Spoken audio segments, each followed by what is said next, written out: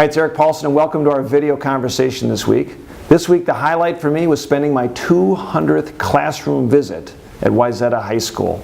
And it's something I really value and enjoy, spending time in the classrooms of so many different students, so many different teachers where I learn something each and every day, and the opportunity to inspire young people, hopefully, to get involved in public service themselves someday. 200 classrooms going strong and continuing to do it week by week. Now we're going to get into our questions though. In keeping with the theme of visiting with students, we took some questions we've received from students around the district in Minnesota.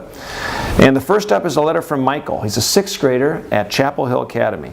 It says, "Dear Representative Paulsen, what are your thoughts about all of the deficit spending that has been going on and our ability to repay it? I'm concerned about this because when I get older, I will be paying off current debt. It would be of great interest to learn about any initiatives that you are working on to help reduce our debt. Sincerely, Michael." Michael, actually, thanks for taking the time to talk about that topic. I will just tell you that Washington has had a pattern under both parties of wasteful Washington spending. It's led us to $18 trillion of national debt. We've had increasing deficits over the years. Thankfully, some of that has gotten better because we've literally been able to put about $2.1 trillion in savings, which helps bring down spending, prioritizing spending, but it's not enough. And what we really also need to focus on, and something that is something that I'm championing, is getting our economy going again. Having a healthier economy. A stronger economy brings in more revenue, employs more people, and will make sure that the jobs revenue helps us focus on providing resources as the federal government does in a lot of different areas. But that comes through tax reform, it comes through regulatory reform and some other areas. And I want to make sure that the $56,000 approximately that every man, woman, and child owes right now is not going to increase, because that will be a burden for future young people if we don't get a handle on it. Next up is a letter from Kyra, who's a junior at Eden Prairie High School.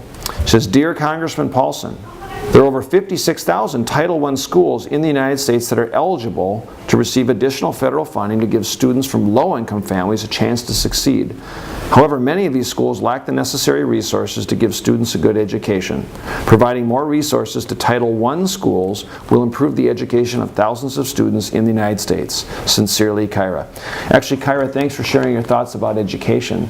I understand the value of a high-quality education. My wife's a teacher. I have 4 daughters, gone through Eden Prairie public school system, and thankfully we have moved forward legislation in the House that provides more resources, that provides resources for education, but also gives more flexibility to local school districts, because the best valued education and the most successful opportunities come when local parents, students, teachers, and then superintendents have a say with that flexibility, knowing what's best for those students. Federal government in the past and continues to have too many mandates and resist flexibility for local schools. So the legislation we move forward eliminates a lot of those duplicative programs, gives more flexibility to states, allowing those resources to be spent more freely. I want to thank everyone that took the time to join and send in your questions this week. Continue to reach out anytime on Facebook, Twitter, of course, on the website at paulsen.house.gov.